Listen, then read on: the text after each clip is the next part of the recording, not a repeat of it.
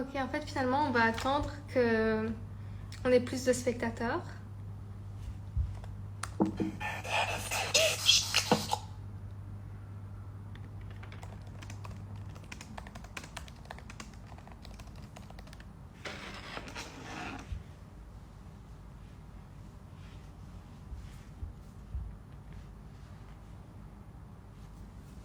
On va voir si nos intervenants nous ont rejoints.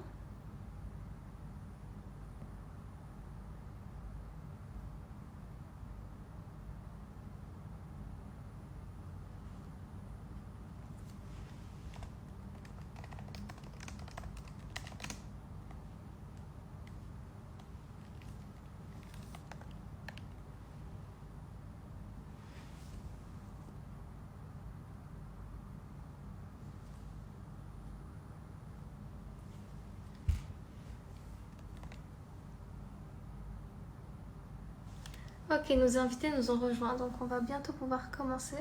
En fait, on va commencer tout de suite. Notre générique bien connu.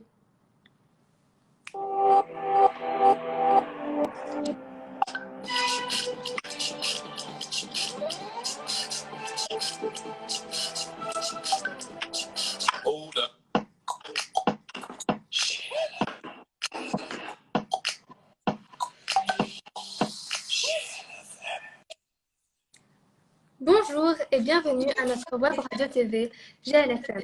Nous sommes le samedi 28 novembre 2020 et nous revoilà de retour avec une nouvelle émission en cette année très exceptionnelle. Aujourd'hui, nous allons parler d'Internet, ce fabuleux média qui te permet d'avoir accès à des ressources illimitées, de voir des vidéos de chats hilarantes, de rester à la maison en sécurité et de continuer ton éducation en ligne, mais aussi, malheureusement, d'harceler les gens dans l'anonymat le plus complet. D'ailleurs, le sujet de notre émission aujourd'hui est le cyberharcèlement. Le cyberharcèlement, c'est une répétition d'actes hostiles via Internet, donc via les réseaux sociaux ou par messagerie privée. C'est une répétition de moqueries, d'insultes, de menaces ou la diffusion de photos ou rumeurs gênantes. Nous serons bientôt rejoints par Monsieur Cédric Thoiron, proviseur adjoint lycée, Benjamin Léopoldi, CPE à la vie scolaire, par Camille Tian, élève du GLFL. Et enfin, on termine avec Mala Chab, psychologue scolaire au Grand Lycée.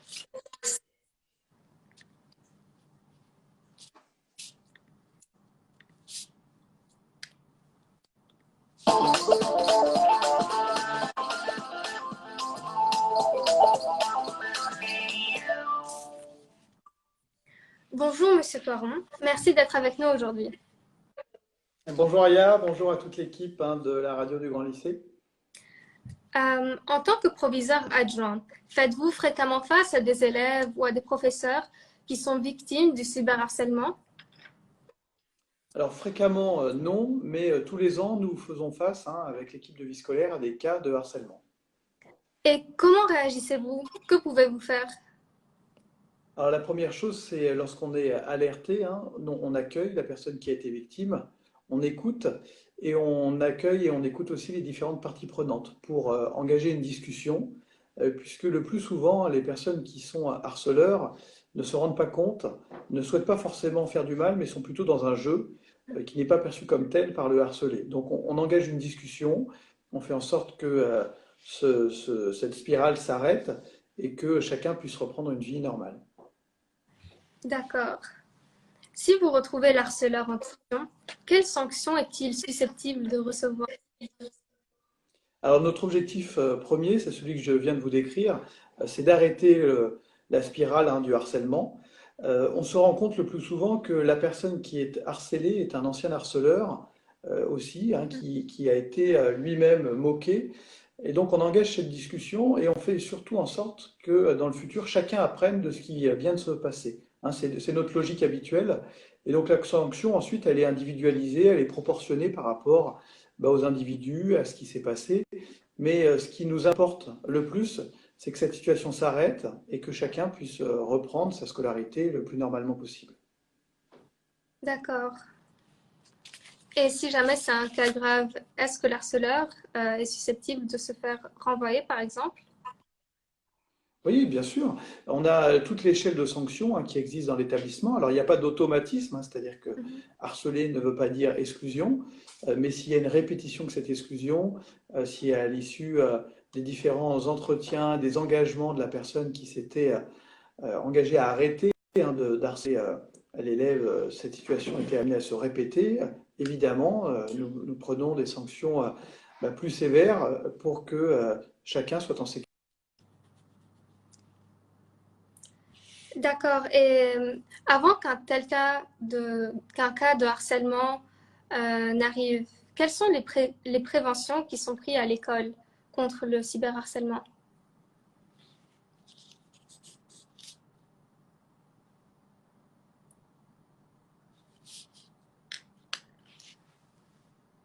Je crois qu'on a un problème de connexion parce que j'arrive plus à vous entendre.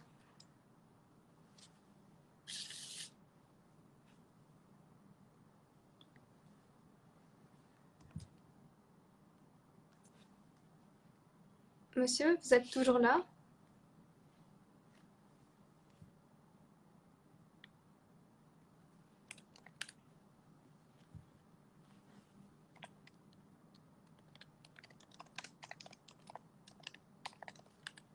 Tiens, c'est bizarre. Je vais essayer de... je vais vous renvoyer la demande parce que j'arrive plus à vous entendre.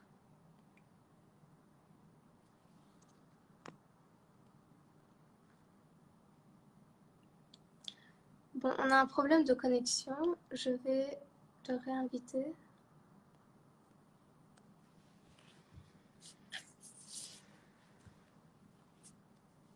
Ok, on attend. Voilà, je vous entends. Est-ce que vous m'entendez, Aya? Oui, parfait.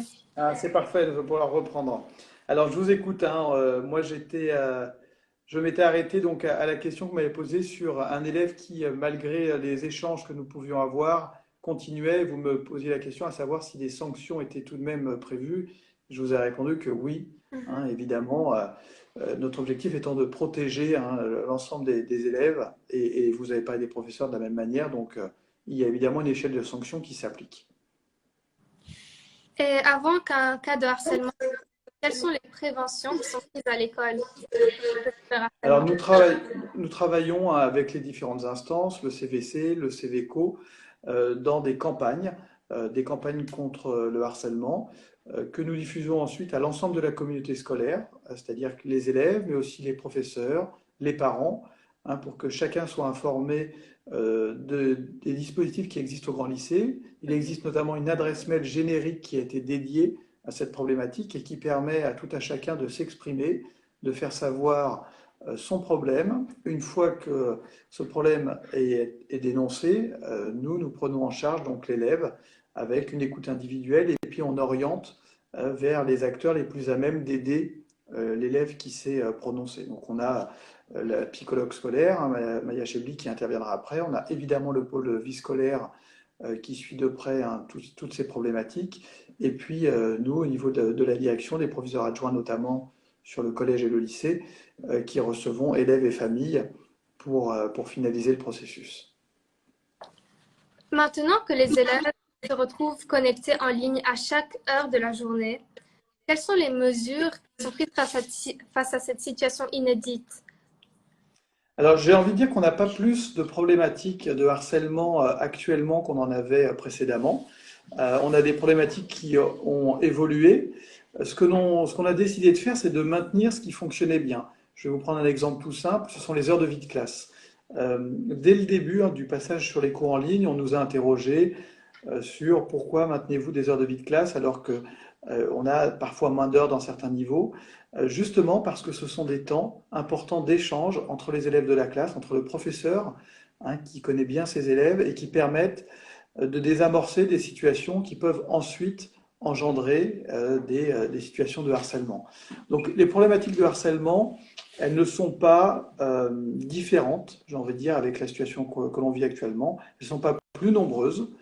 Les canaux sont les mêmes. Il reste les réseaux sociaux, hein, c'est la plus grosse problématique, hein, puisqu'on est à la fois en dehors de l'établissement, mais on vient toucher la sphère scolaire puisqu'on est sur des groupes classes, on est sur des groupes d'élèves du lycée, donc on est à cheval entre ces deux sphères, entre le privé et ce qui est de l'ordre scolaire, ce qui nous permet d'intervenir et de régler ces situations. Il y a des élèves harcelés aujourd'hui qui nous regardent. Quel message aimeriez-vous leur transmettre? Surtout de ne pas rester isolé. Le meilleur moyen et le seul que je connaisse pour mettre fin à ces situations, c'est d'en parler, de venir en parler. Venir en parler, alors il y a différents canaux possibles, hein. Le professeur principal, la vie scolaire, ça peut être un surveillant avec lequel on a une relation toute particulière, ça peut être un CPE, ça peut être évidemment directement au bureau des proviseurs adjoints.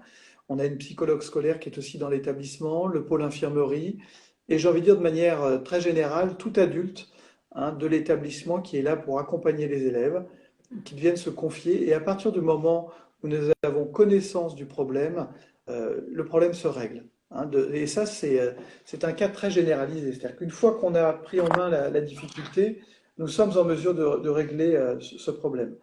Ce que l'on constate souvent, c'est que les élèves tardent à venir nous parler de cette difficulté avec une crainte de si j'en parle à un adulte, ça va être pire, je vais avoir davantage de représailles. Ça, c'est complètement faux. À partir du moment où nous sommes informés, nous recevons évidemment l'harcelé et l'harceleur, hein, d'abord sur des temps différents, et systématiquement, après ces discussions, ce dispositif s'arrête. Donc, j'invite vivement tout élève qui se sent harcelé à venir se confier auprès d'un adulte de l'établissement. D'accord. Et pour cela, quels moyens de communication devrait-il utiliser? Tous les moyens. Actuellement, ce sont les moyens en ligne. Donc, vous avez l'adresse mail générique hein, Mhm. sur le harcèlement. Vous avez nos adresses mail professionnelles, le prénom point le nom @glfl.edu.lb. Hein, vous pouvez les retrouver sur le site internet du Grand Lycée et vous pouvez à tout moment nous écrire. Vous avez systématiquement une réponse lorsque vous nous écrivez. Et à partir de là, une fois que le message est envoyé, quel que soit le canal choisi, nous nous prenons en charge et nous faisons en sorte que la situation se règle. Et D'accord. elle se règle. Merci pour votre temps, en espérant que votre message est passé. Merci beaucoup pour votre intervention. Merci à vous.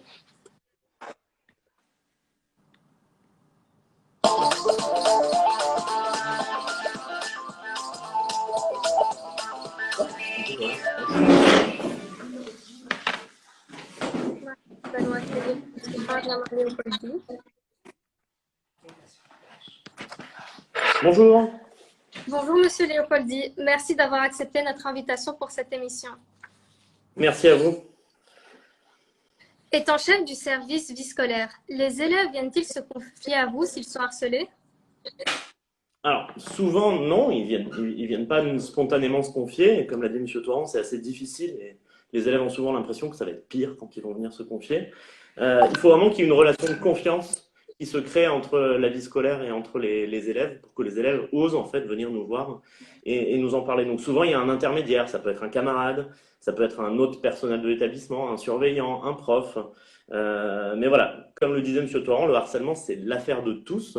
Donc que vous ayez des camarades qui se sentent harcelés, qui vous le disent mais qui ne le disent pas aux adultes. Voilà, il faut en parler à vos camarades, en parler à des adultes. Mais tant qu'on le garde pour soi, ça ne peut pas se régler. Et la vie scolaire est là pour ça. Et donc non, il n'y a pas assez de se confier sur ces sujets-là auprès de moi et auprès de mes collègues CPE. Nous savons, comme vous venez de le dire, à quel point il est difficile de se confier.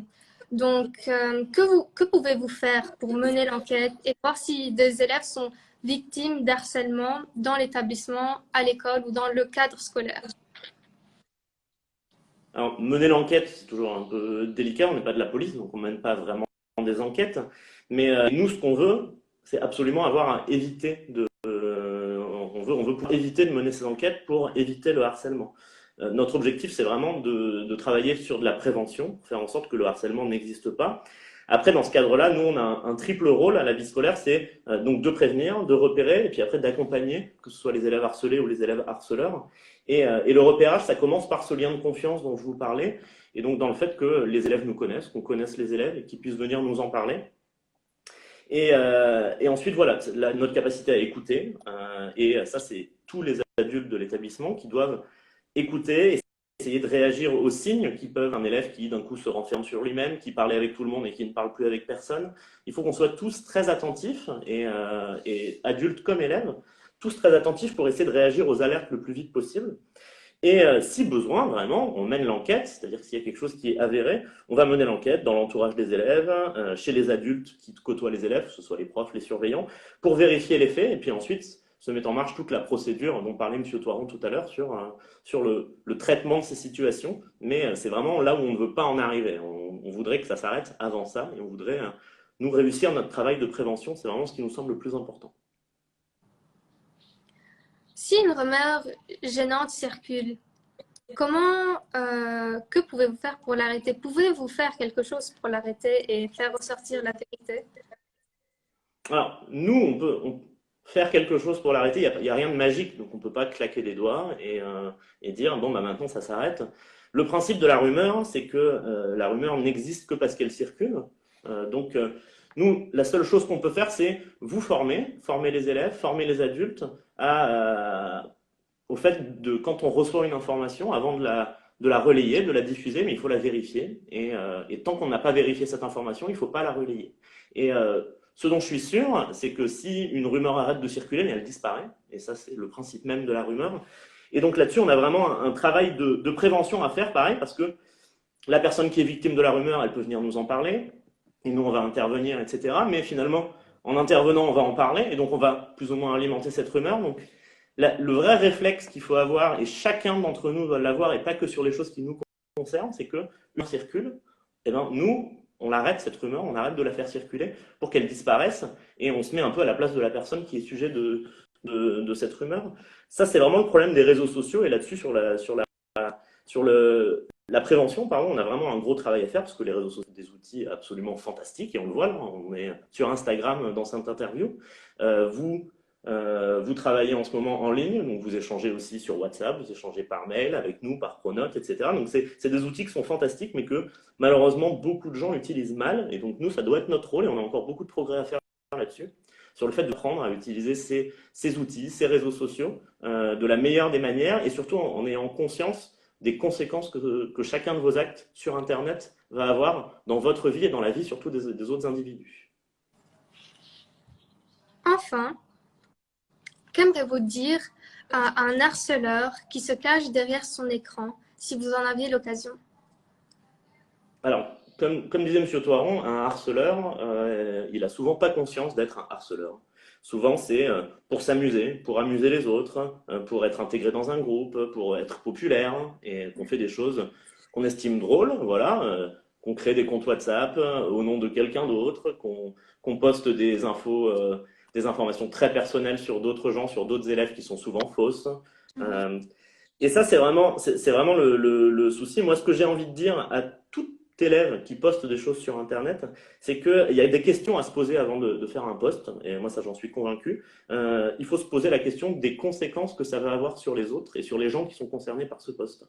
Donc si ça parle de quelqu'un, il faut toujours essayer de se mettre à la place de cette personne. Est-ce que si quelqu'un postait une information comme ça avec mon nom dedans, comment je réagirais? Est-ce que je trouverais ça bien ou est-ce que je trouverais ça pas bien? Et là, il y a vraiment la question de l'empathie sur laquelle il faut travailler avec les élèves. Puisque souvent, le problème d'Internet, c'est l'instantanéité. Et donc, un élève poste, il ne va pas se poser de questions avant, il ne va pas se poser la question des conséquences que ça va avoir. Et tout ce qui va sur Internet, tout ce que vous postez, ça devient public. Et donc ça, c'est vraiment ce que je dirais aux harceleurs. Alors, même si on est tous un harceleur en puissance à partir du moment où on est sur les réseaux sociaux, on peut un jour faire un post qui fait du mal à quelqu'un et qui va être pris par quelqu'un pour du harcèlement. Donc, il faut toujours se poser ces questions-là et avoir en tête que Internet, c'est public. Et surtout, Internet, c'est pour longtemps. Donc ça, c'est pareil, un conseil pour tous. Quand vous postez une photo, une information sur vous, un échange, quelque chose, demandez-vous si, dans 10 ans, vous serez content de retrouver cette information ou cette photo sur Internet. Parce que dans 10 ans, elle y sera toujours. Et ça, c'est vraiment important. Et ça, c'est vraiment quelque chose que je dis à tout le monde parce que se poser ces questions-là, ça va nous permettre d'utiliser Internet et les réseaux sociaux en étant plus responsables et plus respectueux des autres, surtout. D'accord, merci pour votre intervention très intéressante et pour tout ce que la vie scolaire fait pour essayer d'éviter le harcèlement et de sensibiliser les gens. Avec ça, eh ben, bon courage. Merci à vous. À bientôt. À bientôt.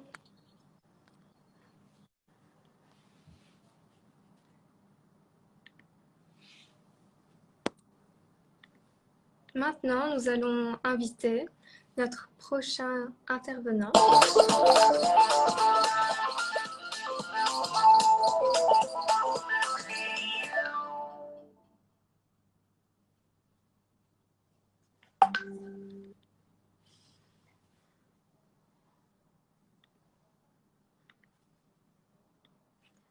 Ok, donc nous attendons Camille.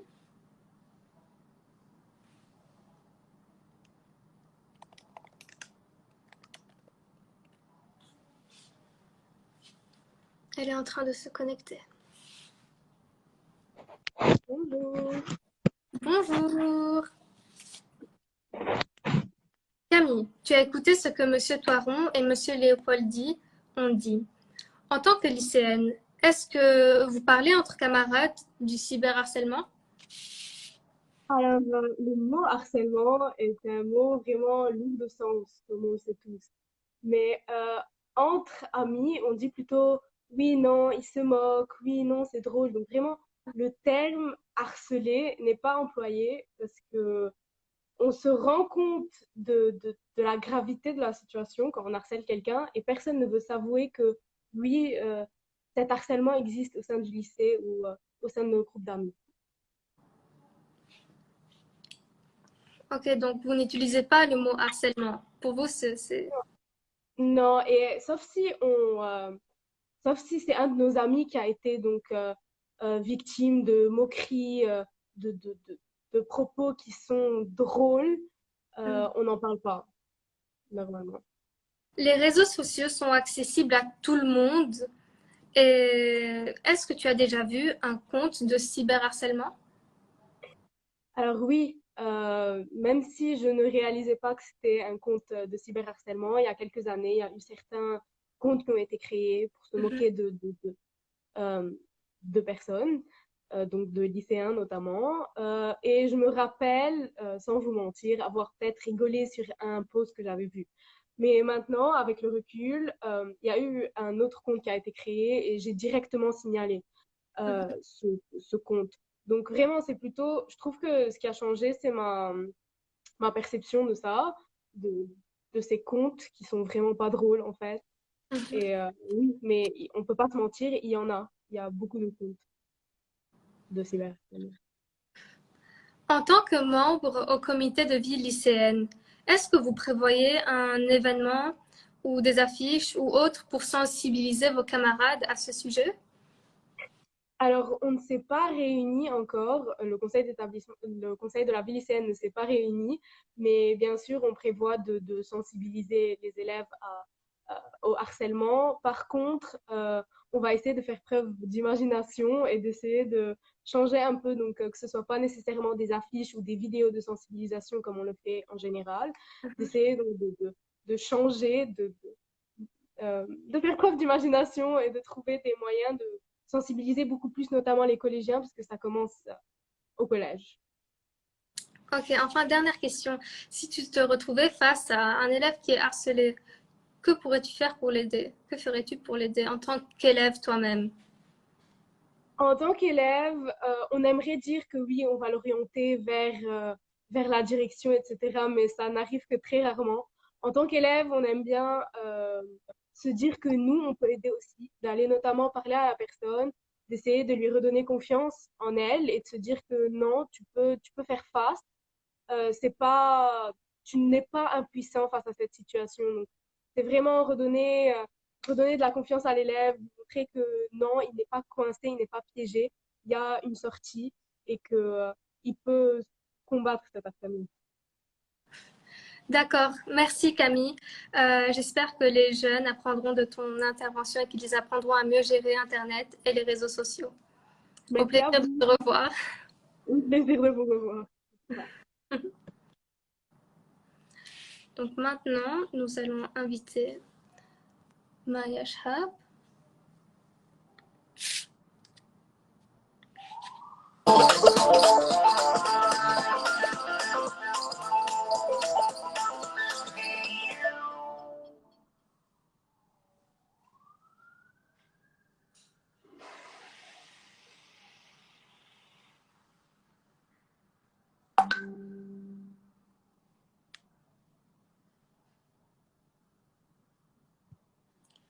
Ok, nous attendons qu'elle puisse se connecter.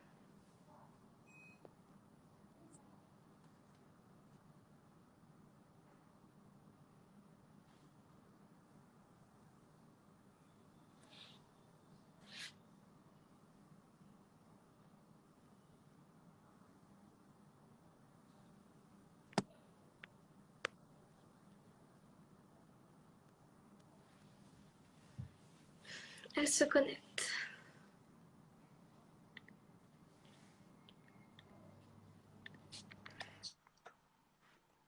Bonjour, merci d'avoir Bonjour. accepté l'invitation. Bonjour Aya.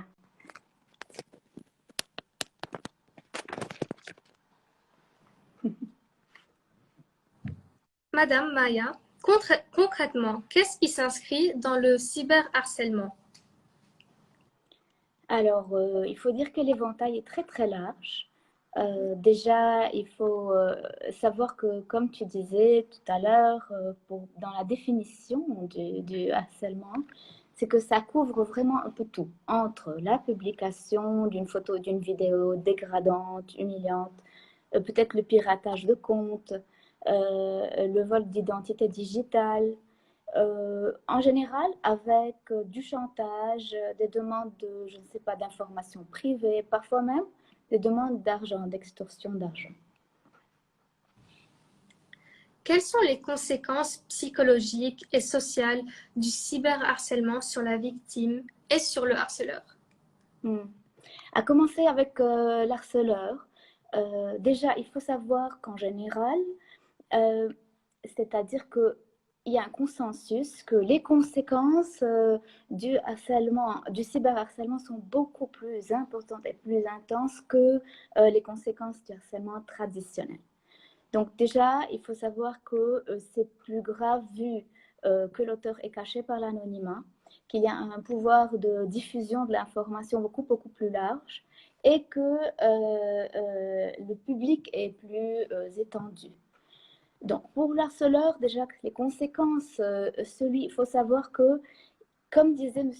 Léopoldi tout à l'heure, ils ont la capacité de manquer d'empathie par le fait de l'écran. C'est-à-dire qu'ils ne voient pas les effets directs de leurs actions sur la victime. Ils peuvent seulement les visualiser. Donc, ils ressentent du coup moins de pitié, moins d'empathie pour leur victime, vu qu'il y a cette distance. On appelle ça l'effet cockpit, parce qu'on n'est pas directement en contact. Voilà. Donc, pour répondre à la question à propos du harceleur, il faut dire que sur le long terme, il risque de développer des problèmes comportementaux de type antisocial à long terme. Pour la victime, c'est différent. On a tendance à penser que l'écran, la distance, vont venir peut-être alléger quelque part l'agression, mais ce n'est pas du tout le cas. En fait, il y a même une campagne qui a été lancée l'année passée, en mai, je pense, qui s'appelait L'écran ne protège pas. C'était l'association Female qui avait commencé cette campagne due au confinement, justement, parce qu'il y avait nettement plus de cyberharcèlement, c'est-à-dire qu'ils ont comptabilisé 184%, je crois, de plus en février 2020 qu'en janvier 2020, de cas de cyberharcèlement, spécifiquement contre les femmes, mais là, c'est une autre histoire. Les résultats sur les victimes peuvent être vraiment spectaculaires. Il peut y avoir une dépression sévère qui peut malheureusement aller jusqu'au suicide, mais il y a aussi des conséquences très très sérieuses mais invisibles. Je veux parler par exemple du manque de confiance en soi, de cauchemars, d'un sentiment de souffrance qui ne part pas, etc. Donc voilà les conséquences. Et quelles sont les conséquences sur un long terme? Ça veut dire que, est-ce que le cyberharcèlement peut, même après qu'il soit fini, continuer à hanter la victime? Absolument, mais j'ai envie de dire, pour être un petit peu plus positive, que tout dépendra de comment la victime va réagir sur le coup et comment le travail pourra se faire avec cette victime. Il y a des choses à faire, il y a une ouverture, mais il faut, comme disait M. Toiron, M. Léopold-Poldy, pouvoir avoir le courage d'en parler, au moins à un proche de leur choix, peu importe qui. Ça peut être un adulte, ça peut être peut-être un camarade, mais vraiment, il faut en parler. Du moment où on n'est pas seul, tout change. Avez-vous déjà fait face au cyberharcèlement, que ce soit vous, un élève ou quelqu'un du lycée? Beaucoup de cas, effectivement. Moi personnellement, tu veux dire? Euh, pas de cyberharcèlement, mais beaucoup de phishing par contre. Je remarque que les mails qui viennent avec une sorte de chantage indirect, vous voyez ce dont je veux parler, le phishing PHISH. Donc, Oui. pour le phishing, c'est très très courant. Il faut se méfier, il faut surtout pas répondre à ces mails-là, mais voilà, c'est tout. Et les élèves, est-ce que vous faites souvent face à des élèves cyberharcelés? Souvent, malheureusement, oui, souvent. Avez-vous, plutôt, que peut-on faire lorsqu'on est témoin de cyberharcèlement? Il faut dire que pour les témoins, c'est un peu sensible. Si je veux donner un conseil, un premier, ne partagez pas les photos, les vidéos, ne les envoyez pas à votre tour, même pour les condamner. C'est-à-dire même pour dire que c'est pas bien, regarde et tout. En fait, on est en train de participer vraiment à l'étendue, à la diffusion de ces informations-là. Ça, c'est de un. Et de deux, on se sent un petit peu impuissant au niveau cyberharcèlement en tant que témoin et c'est source de beaucoup de souffrance. La plupart des cas que j'ai eu en fait des situations de cyberharcèlement ou de harcèlement venaient en fait, étaient dénoncés par des témoins, des tierces personnes qui venaient m'en informer en premier. Donc ça, c'est vraiment génial de pouvoir avoir ça, de pouvoir avoir un réseau pareil, déjà qui est sensibilisé, qui est capable de venir, d'en parler, de briser le tabou, sachant que ce peut être véritablement dangereux pour la victime parfois de venir par elle-même et de s'en remettre à un adulte. On va en parler un petit peu, je vais en parler un petit peu plus tard. Quels conseils donneriez-vous aux élèves pour se protéger ou éviter le cyberharcèlement?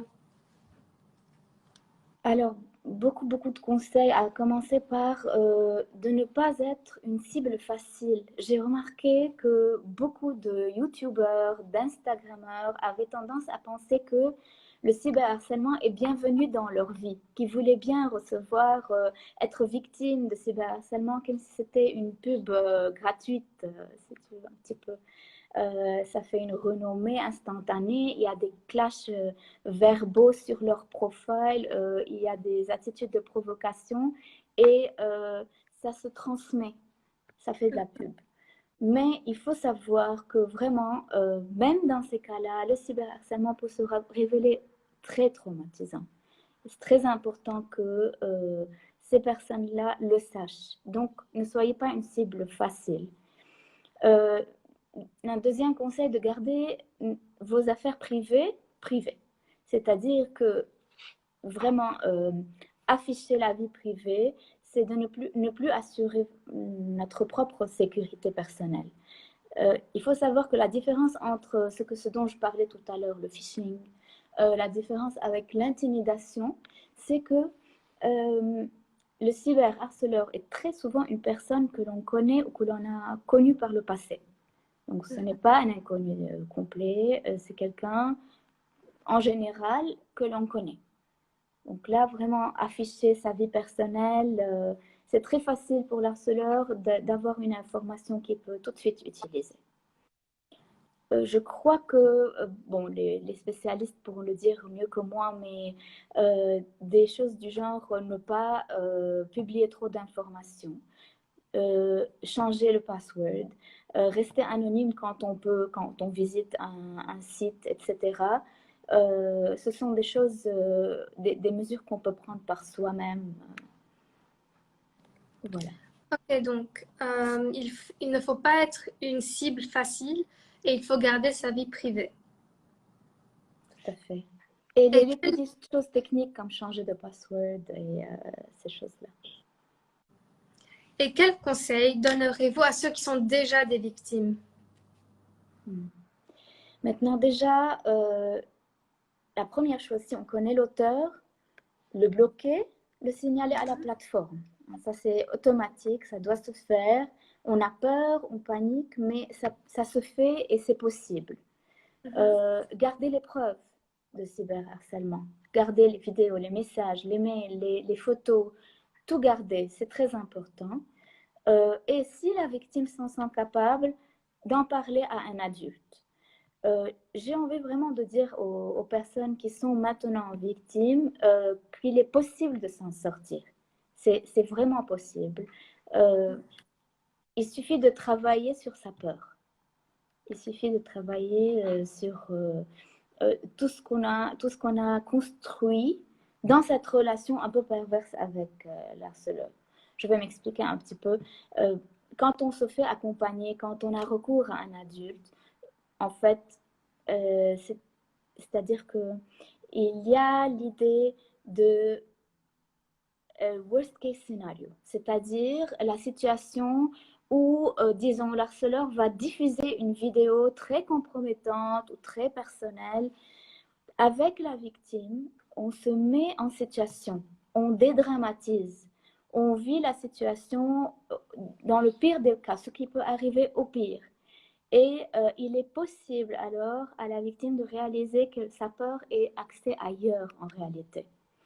En général, et on l'a constaté plusieurs fois, lorsque l'harceleur perçoit que la peur chez sa victime a disparu, elle a une différente attitude, un sens de la répartie, elle l'ignore différemment, il se retire peu à peu automatiquement. C'est facile de le voir, de le constater. Je ne sais pas, j'ai encore un petit peu de temps pour... Oui, j'ai bien un sûr. petit exemple à donner. Une élève, vous me demandiez tout à l'heure à propos des cas que j'ai suivis, une élève venait me voir parce qu'elle était sévèrement, sérieusement harcelée, humiliée sur le groupe WhatsApp par un groupe de filles. Et c'était l'humiliation totale. Et pourtant, elle les relançait à chaque fois et c'était elle qui reprenait contact avec ce groupe de filles. C'était elle qui leur envoyait des messages, recommuniquait avec eux, avec elle, etc. Donc, on a travaillé sur cette peur qu'elle avait et on a réalisé qu'elle n'avait pas peur de ce groupe. Sa peur, en réalité, était axée beaucoup plus sur la solitude.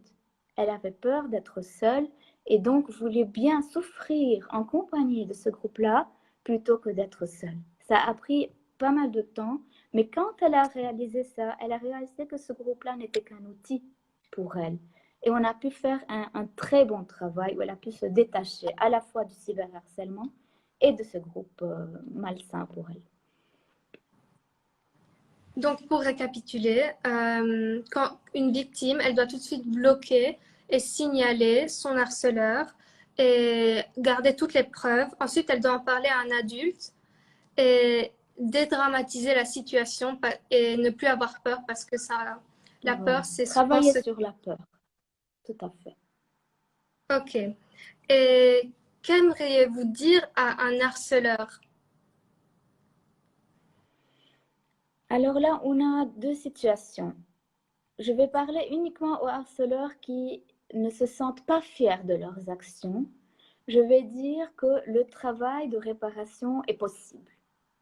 Parce que malheureusement, il existe des harceleurs qui sont convaincus que la cause de leur comportement, c'est la victime. Ce sont des personnes qui ont un sentiment de toute puissance, qui ont une problématique très particulière, avec lequel le travail devient plus difficile. Là, on travaille beaucoup plus avec les victimes pour les libérer.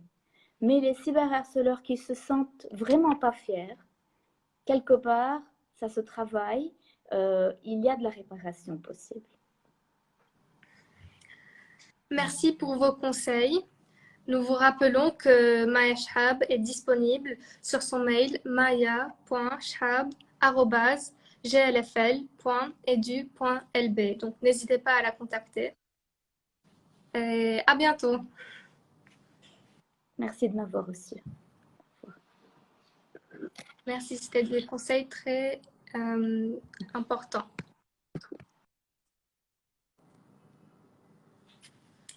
Donc voilà, notre émission touche à sa fin.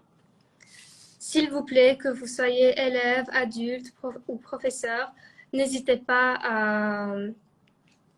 à signaler n'importe quel cas de cyberharcèlement dont vous êtes témoin ou que vous vivez. Parce que comme on l'a vu aujourd'hui, il faut toujours en parler. Et donc, bon courage, à la prochaine. N'oubliez pas de nous rejoindre dans notre prochaine émission.